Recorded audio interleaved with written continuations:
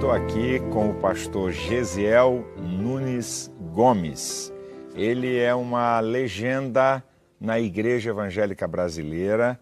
Pastor Gesiel tem 57 anos como ministro do Evangelho e há 65 anos é pregador da Palavra de Deus. Eu considero o pastor Gesiel como o mais profundo pregador das Escrituras que nós temos no Brasil. Mas é uma honra e um prazer ter o senhor aqui.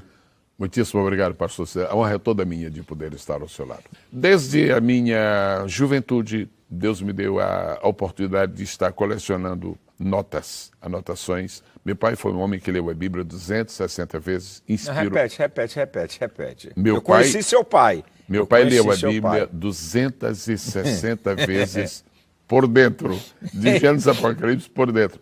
E ele injetou na minha alma esse amor, esse apego à palavra de Deus. E desde o princípio, sempre tive o hábito de ler a Bíblia e fazer anotações, ouvir e também fazer anotações de que eu vi. Estas anotações foram se acumulando ao longo dos anos. Eu descobri muito cedo na minha vida de pregador que o momento mais difícil para quem vai pregar o Evangelho e para quem vai estudar a Bíblia é aquela descoberta inicial do assunto, do tema que Deus quer dar. Quando ele nasceu, seus pais lhe chamaram de Jacó. Mais tarde, o anjo lhe chamou de Israel. E ele mesmo disse para o seu pai, eu sou Esaú. Coisas como esta estão na Bíblia. Aquele início, o que esse versículo tem que eu posso desenvolver aqui uma mensagem, que eu possa desenvolver uma temática? Esse é o objetivo. O ponto de partida. O ponto de partida. O que o senhor pode dizer? Porque pastor, tem tanta gente. Eu queria ser como o pastor Gesiel, eu queria pregar. O que o senhor pode dizer para esse pessoal? Em primeiro lugar, cada um é um. E é uma tolice que alguém querer ser alguém, porque Deus só tem um tipo para cada obra que ele quer realizar.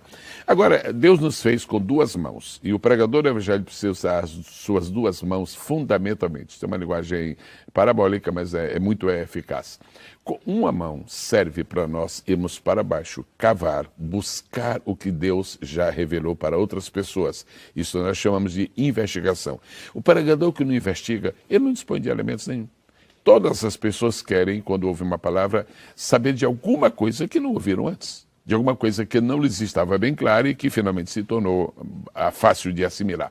A mão que vai para baixo é a mão que investiga. Mas existe uma outra mão. A mão que vai para cima é a mão que busca a revelação. O segredo da eficácia na pregação é essa conjugação. Se a pessoa somente busca aquilo que já existe, a investigação, ele se torna, na verdade, um teórico na exposição da palavra. Agora, se ele busca somente a revelação, ele pode se tornar um pouco fanático. Essa mescla faz com que nós recebamos a palavra com precisão. A investigação e a revelação. Agora, quando a investigação e a revelação se encontram, o pregador precisa de um terceiro elemento, a inspiração, sem a qual você não consegue também sucesso. Em algo prático, qual é a instrução que o senhor dá? Em primeiro lugar, conheça a Bíblia. Conheça a Bíblia. A Bíblia é o livro de Deus e não existe alternativa para ela. Por exemplo, quando eu estou comentando o primeiro conto de Jesus com Simão, Jesus disse assim, tu és Simão, filho de Jonas, tu serás chamado Pedro. Não precisa ser um teólogo para entender este versículo. Agora precisa da graça para explicá-lo. Em 1 minuto, Jesus disse 3 coisas para Simão. O teu passado, tu és filho de Jonas. O teu presente, tu és Simão. O teu futuro, tu serás chamado Pedro. Aí está a mensagem. Esta é a noção básica. Agora, o que existe hoje de complicado no púlpito, pastor Silas, é que as pessoas acrescentaram um quarto elemento. Eu falei, o senhor repetiu, investigação, revelação e inspiração. Eles incluíram um quarto que Deus não aprecia, especulação. Pregador do Evangelho não precisa de especular. Eu vou colocar com muito respeito um quinto. Manipulação. Porque isso para mim, e lamento, pastor, isso é uma vergonha no movimento pentecostal. Porque manipulação, quem se utiliza, lamentavelmente, é aquela história. Se o povo não estiver dando glória a Deus, não estiver pulando, não tiver uma êxtase espiritual, acho que a minha mensagem não presta. Então, eu tenho que acabar manipulando as pessoas para que elas possam vibrar, então fica uma coisa artificial e não do espírito. Quando a pregação do evangelho atinge a emoção, é extraordinário. Agora, quando termina de ouvir, termina a emoção.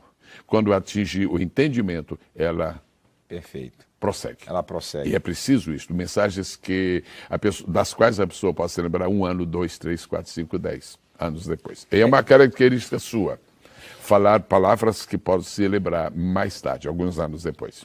Há uma observação a ser feita. Ultimamente, os pregadores já não querem mais falar sobre o Novo Testamento. É como se estivesse esgotado.